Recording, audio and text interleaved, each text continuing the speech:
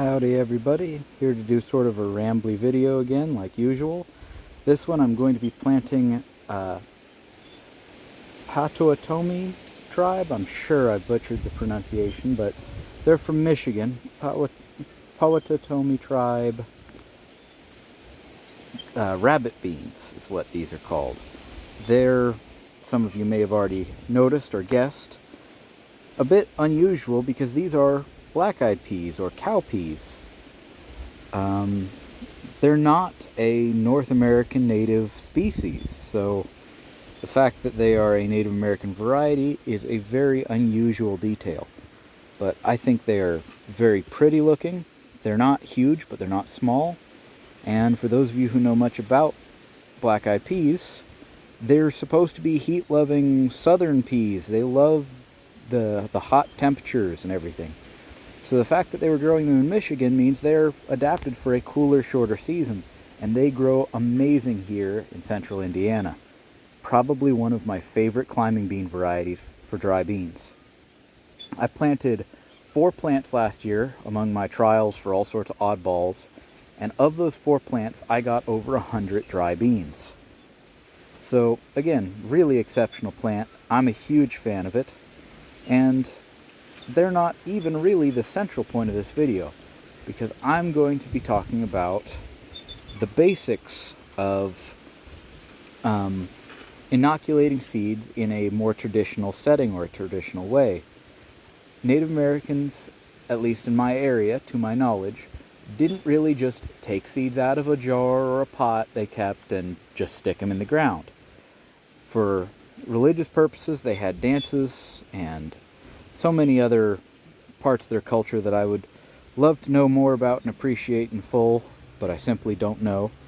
But among them, instead of putting this directly in the soil, they would put them in their mouths, and the idea was that they would be close to your thoughts and heart, and they would know what you want out of them. They would know that your goal is to feed your family or improve the variety. You know, what you wanted out of the seeds was passed on to them through that process.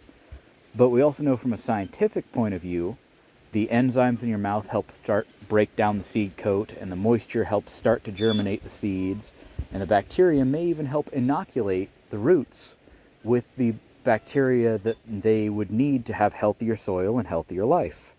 So, very unusual, and I'm sure a little graphic and unpleasant to some people to think about, but to me, that's not all that unusual. These have never really gone through any chemical or dirty process. These are all my saved seeds from last year. So I don't feel the least bit bad about putting them all in my cheek and walking along through the orchard with you to show you how I'm going to plant them. Of course, I'm going to talk like I've got a chewing tobacco problem the whole time, but you know, I'm just going to stick them in a couple different spots. The first, got a trellis I put up right here, and on this trellis are hops. But it's their first year. They're not going to grow so crazy tall that they need this whole trellis on their first year. And these beans are, of course, annuals. So,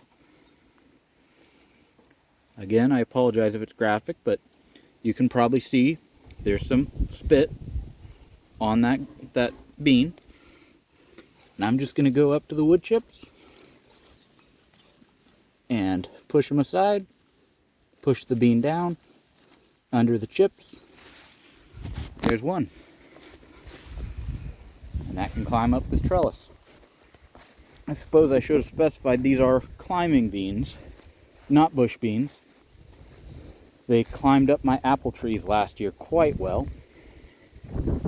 And in particular, I'm going to put a couple on the tree that I grew them on. Oh, look at that. Coneflower just starting to bloom. But here we are. Come up to another tree. This one's got a bunch of suckers I need to clear out, but again, little bean.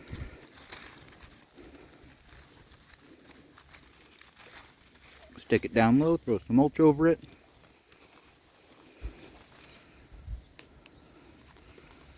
bean, stick it in the mulch.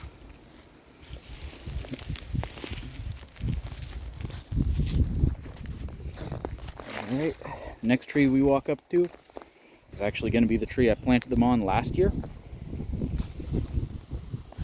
I believe I planted them much sooner last year, so there was less competition with the comfrey. But that just means I'm going to chop and drop the comfrey to get it out of my way.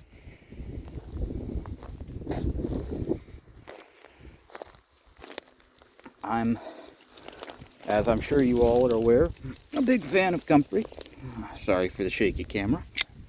But when comfrey is in my way, I just come in. I know this is a very tactical, scary knife. I'm not trying to pass it off as the average permaculture knife, but I carry it because it's got a one-handed opening, which sometimes when something has fallen on me or I'm in a bad spot, sometimes that's exactly what I need to get out of a tight spot or get out of a situation without being hurt. Nope, look at that. Hasn't even opened yet, but there's one of my pink bee bombs. Oh, nearly stepped on a skirret. Some Dutch clover I left to grow all on its own. Walking onion, all that. I'm gonna try to finagle and crawl my way in here. I'm sure my camera work is going to be absolutely terrible in this video, but you know, most people don't plant up underneath trees like this. Not only is the video quality going to be bad, but I'm going to have terrible audio because I'm trying not to choke on seeds. Alright, reach in there, just leave it all around. Oh hey, some hopness I didn't even realize I put in there. I love this style of planting where I leave myself gifts, how I view it. Get in here and weed away some of this grass. Grass is one competition that I don't want to make my beans fight with. But bit by bit, we're getting in there, getting in closer. Don't want to lose my knife. But this in particular was the tree they grew up last year. And they did great at it. Let me get way up in there and just cut away 2 more comfrey stalks. Pull them right down low. Yep. So now there's a semi-shaded spot right here. These beans like full sun, but as long as they're not in darkness, I notice they will climb to reach that sun. Yep, another bean right up against the base of that tree. Another bean right there. That's a bunch of mushroom mycelium. That's why the soil looks white. But there we go. It's a whole bunch of beans planted around there. And that means that there's also been some work on my comfrey to chop and drop. Since I'm already in here, I might as well do a little more. Go in close and cut through it.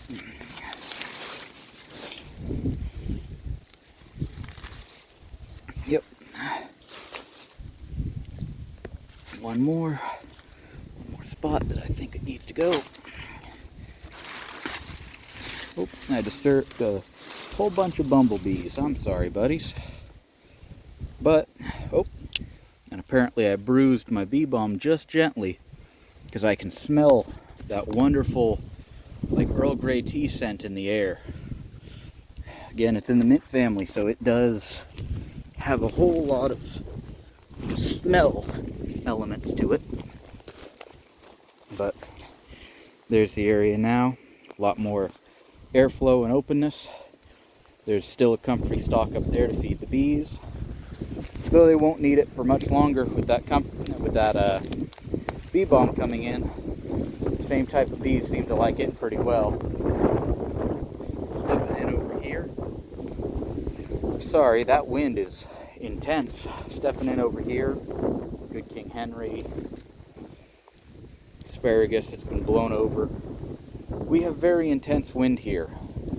I hear all the time that wind power is not worth it unless you live in the right area. But then I say I live in the right area and everyone just says it's not worth it. I'd love to learn more about all that, but oh man, look at that. Again, it's just starting, but that's one of my purple bee balms. It's going to be gorgeous. Found out those weeds I've been fighting are called bindweed, all these white flowers. One of the worst weeds, and apparently I'm going to be fighting it forever, so that's no fun. Moments like this, I really wish I had an extra hand. Getting in and planting it up in there is going to be a awful experience, but let's start with chopping and dropping some of this comfrey. Alright. Instead of laying on the ground with it this time, I'm going to film while standing. There's one cut, two cut, and then these, I'm going to throw one of them next to that rosemary, one of them next to that good King Henry. Give them some good nutrients right in here. This knife is incredibly blunt, by the way. It's my work knife at work. Cuts cardboard all day, so it's not in great shape. Comfrey is a really soft-stemmed plant, is what I'm getting at here. So, if you're worried about planting something that's going to tear up your tools, don't worry about it. Comfrey is very soft-stemmed, very herbaceous. But now that I've made some light in there,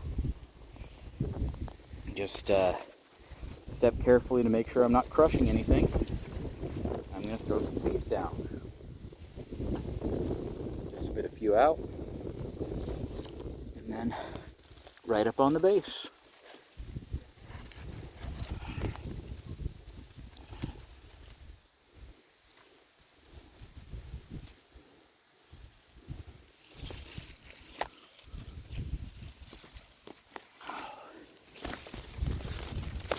Now I know somewhere in here I also planted a different vining plant, but I don't see it, so we'll just have to see how it goes.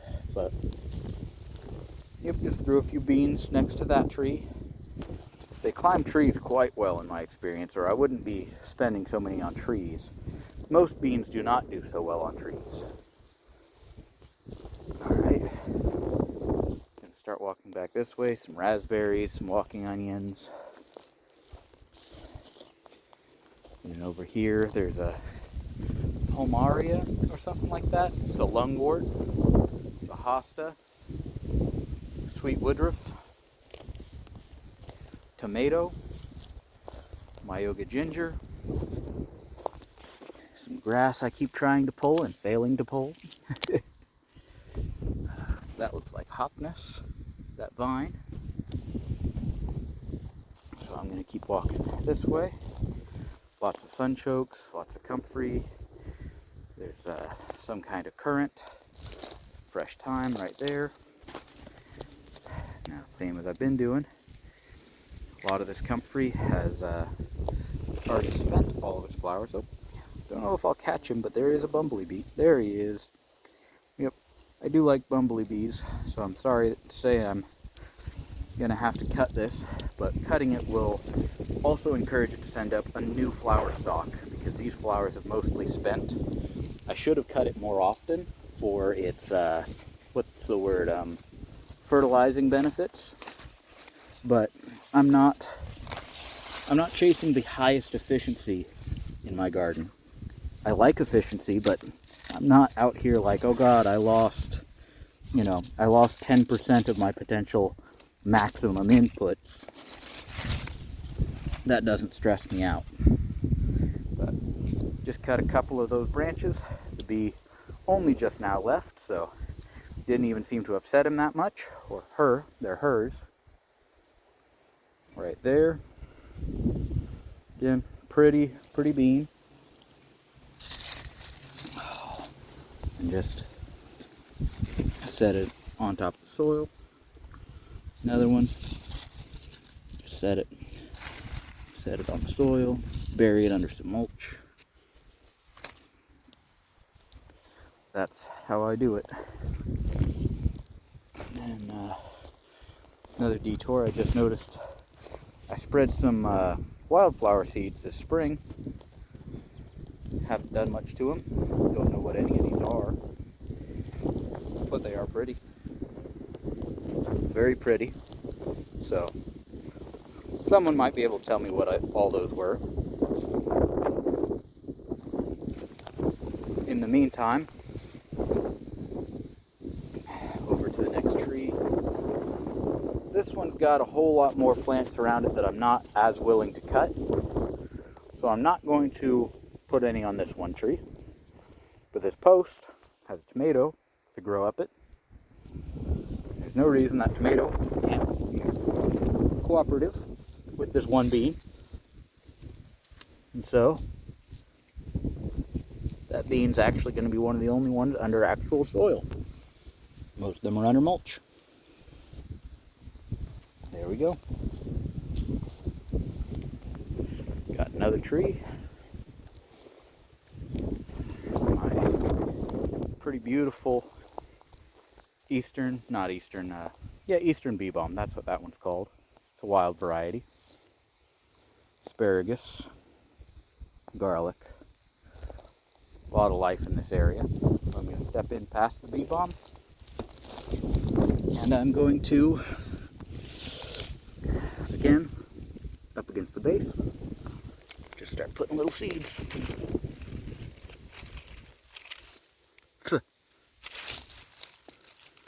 Now, if you're in a huge rush and you don't mind wasting a couple, you could just kick the mulch, spit the seed, and kick the mulch back. They don't have to be all that precise. Just as long as they're able to touch the soil and they don't dry out, you're generally going to be okay. There's another one over there I don't really want to tear up right now, so I'm going to leave it be. A lot of my trees out here are too small to put these beans on, because they grew up as tall as I am in a single season. So I can't plant them on trees that are smaller than me, or they're just going to overcrowd. But there are a couple more places I can put them. One of them being my, look at that, little bush beans and squash popping up. Oh, man, I just remembered I haven't even held this camera the right way this whole time. This might be a terrible video. Oh well, the information still might be valuable to somebody. So this was my mulberry. It died at the graft union. I'm incredibly sad. But, you know, you do what you can. And now, oh, look at that. Again, some people may find this really gross, but the seed coat has already started to soften. Oh, come on now. Focus. Oh, I dropped it. Oh well. Part of nature, part of life, let things go. So on some of them in my mouth, the seed coat has started to soften up. It means they'll plant quicker and easier. But despite this tree being dead, it will still make a perfectly fine trellis. So I just pulled some weeds, left a seed, and walk around to this other side and put another seed in.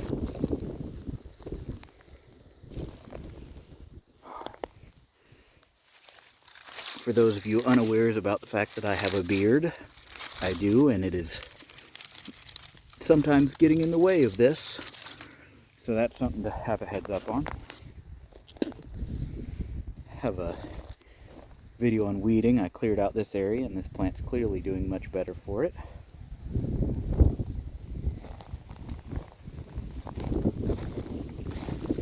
Another pro of this is while my hands are free, I can still count how many seeds I've got left just with my tongue, and I have 5 left. So these 5 seeds can be split up among the only 2 trees I have left in the area that are tall enough, which appear to be my cherry right here, and its comfrey is grown quite large.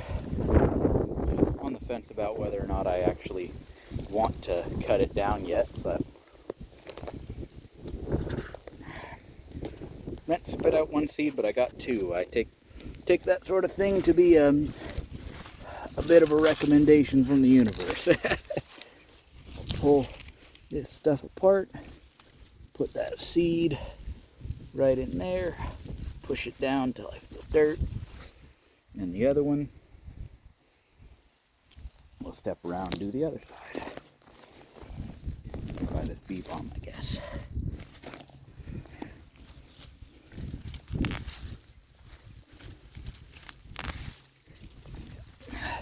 Just pull up some grass to get down through the mulch. Drop it on the surface, see it right there. Put mulch back. It's an incredibly rambly video. It still has some cool stuff. Look at the size of that ornamental strawberry, next to my thumb. It's bigger across than my thumb is by a little bit. Quite impressive to me. Start walking this way. I have a, what's the word, red bud I way overpaid for over here. But it is tall despite being only planted this year. It just kind of came tall already. So I'm gonna put some by it. Got some strawberries at the base. This is ready to come off in my opinion. Just took the same with it from the nursery. It appears there was some dirt or clay or something inside of there, but the root ball is still exposed. It looks like that's a graft union, so this is a grafted variety. Didn't even realize. But, yep, just spread your material. Spit your seed. Give it a prayer if you believe. And go and do it again. Right there. It's on the soil surface. One last one right here. There it is. Now we've gone through the whole batch. So, thank you everybody for watching. I apologize for how poorly filmed this was and everything else, but I hope it was informative at the very least. Have a great day everybody, and check out my next video coming up probably tomorrow. Thanks.